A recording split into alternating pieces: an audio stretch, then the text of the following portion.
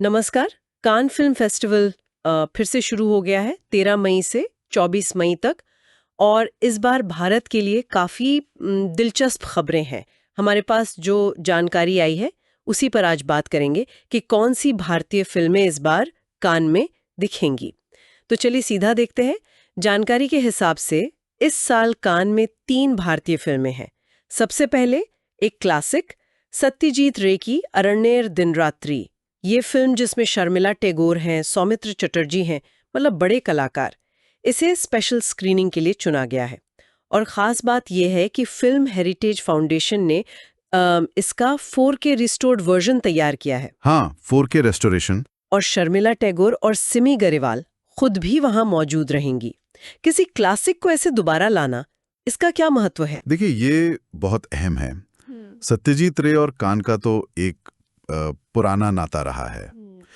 उनकी कृति को इस तरह संजोकर रीस्टोर करके दिखाना, ये सिर्फ उनकी विरासत का सम्मान नहीं है, ये दुनिया को दिखाता है कि भारतीय सिनेमा कितना समृद्ध है और हम फिल्म संरक्षण को कितनी अहमियत देते हैं।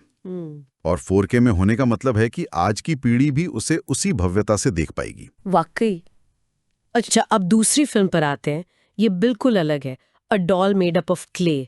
सिर्फ 23 मिनट की फिल्म है और इसे बनाया है सत्यजीत रे फिल्म और टेलीविजन संस्थान, मतलब SRFTI के एक छात्र ने, कोकुब गेभिवेरिया टेस्फे। कहानी है एक लड़के की जो फुटबॉलर बनना चाहता है और उसके लिए अपने पिता की जमीन बेचना चाहता है। एक छात्र की फिल्म का कान जैसे इतने बड़े मंच पर पहुंचना, ये क्या दिखाता है? हाँ, ये दिलचस्प है। ये दिखाता है कि कान सिर्फ क्या कहते हैं बड़े नामों या स्थापित निर्देशकों के लिए ही नहीं है। SRFTI जैसे संस्थानों का नाम तो है ही, पर यह सबूत है कि अगर कहानी में दम है, कुछ नयापन है, तो नई प्रतिभाओं के लिए भी दरवाजे खुले हैं। ये उन उभरते फिल्मकारों के लिए बहुत बड़ा प्रोत्साहन है। और ये भी कि ग्लोबल लेवल पर भी नई आवाजों, नई कहानियों की तलाश रहती है। सही बात है। और तीसरी फिल्म है नीरज घेवान की होमबाउंड। इसमें जानवी कपूर और ईशान खट्टर हैं। इसे अनसर्टन रिगार्ड सेक्शन में दिखाया जाएगा। ये सेक्शन किस लिए जाना जाता है? फिल्म की कहानी सुना है उत्तर भारत के किसी गांव के आसपास घूमती है। अनसर्टन रिगार्ड में चुना जाना ये अपने आप में एक बड़ा सम्मान है। ये सेक्शन अक्सर उन फिल्मों को जगह देता है जो थोड़ी हटके होती हैं। जी। मतलब कहानी कहने का तरीका नया हो या कोई बोल्ड विषय उठाया गया हो। अच्छा। नीरज घेवान जिन्होंने मसान बनाई थी, उनके लिए ये उनकी कलात्मक पहचान को और मजबूत करेगा। इस सेक्शन की फिल्में अक्सर काफी चर्चा में रहती हैं। पिछले कुछ सालों में देखें तो triangle of sadness, anatomy of fall जैसी फिल्में जो बाद में ऑस्कर तक गईं, वो भी कान से ही निकली। और अगर हम पीछे जाएं तो सत्यजीत रे से लेकर मीरा नायर, रितेश बत्रा और अभी हाल में पायल कपाड़ियां, इन सबको अंतर्राष्ट्रीय पहचान दिलाने में कान का बहुत बड़ा हाथ रहा है। बिल्कुल सही कहा। यही कान फेस्टिवल की असली ताकत है।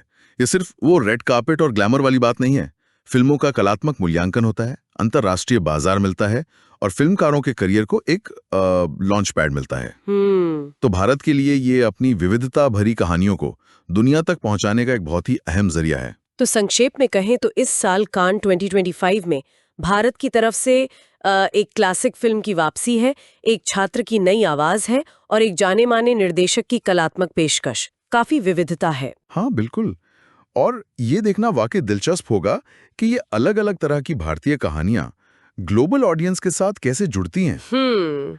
और इससे भी आगे जाके सोचें तो क्या इस तरह की भागीदारी भविष्य में भारतीय फिल्म मेकर्स के लिए अंतर्राष्ट्रीय स्तर पर और भी नए, शायद अनूठे रास्ते खोलेगी? ये सोचने वाली बात है।